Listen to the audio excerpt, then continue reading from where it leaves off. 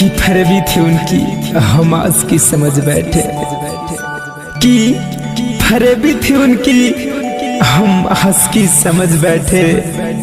हम तो मौत को ही जिंदगी समझ बैठे। अरे वक्त का मजाक था या हमारी बदनसीबी, वो वक्त का मजाक था या हमारी बदनसीबी, जो हम उनकी दो बातों को मोहब्बत समझ बैठे।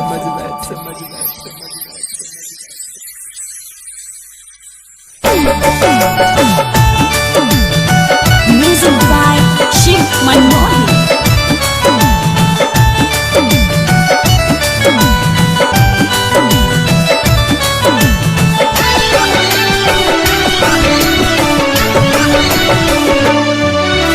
जहर पिया के जुदाई के हो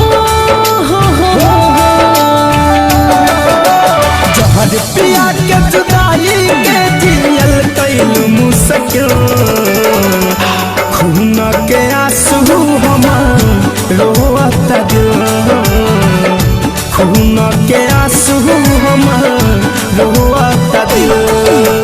हम घुट घुट के जिहिल तुहरा हो तन तन को फिल, हम घुट घुट के जिहिल तहरा हो तन तन को फिल।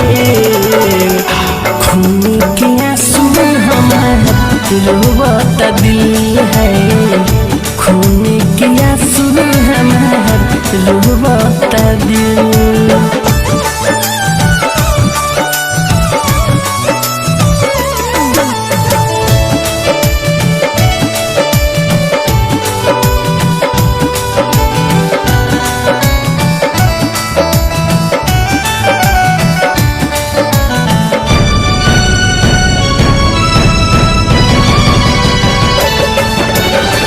हमारा बिन जियत न रहलू, अब खूब हंसत बहारू। कवन कारण आज नागिन बन के हमारा के डहसत बहारू। तू हमारा बिन जियत न रहलू, अब खूब हंसत बहारू।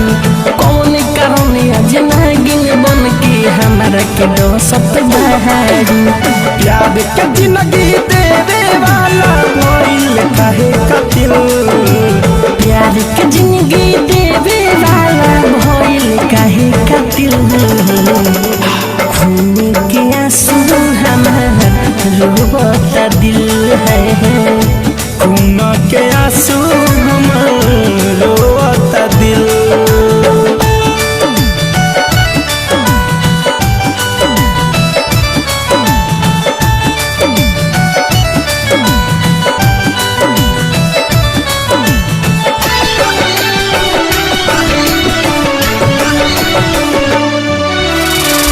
के बोझा माथ पले के हमरे जैसे ढोआबू, हम जितना आज ढोआतानी तू एक दिन रोआबू।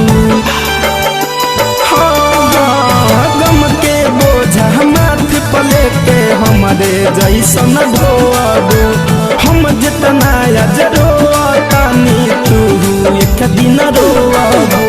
महेश परदेसी मीठू के कइल मोहब्बत में, मुकुंद मणि धनंजय के कइल मोहब्बत में।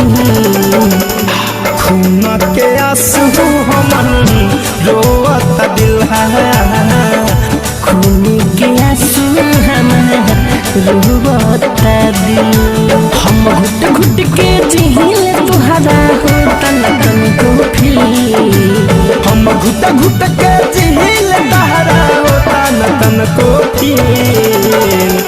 खून के आंसू हमार रोवत दिल है, खून के आंसू हमार रोवत दिल।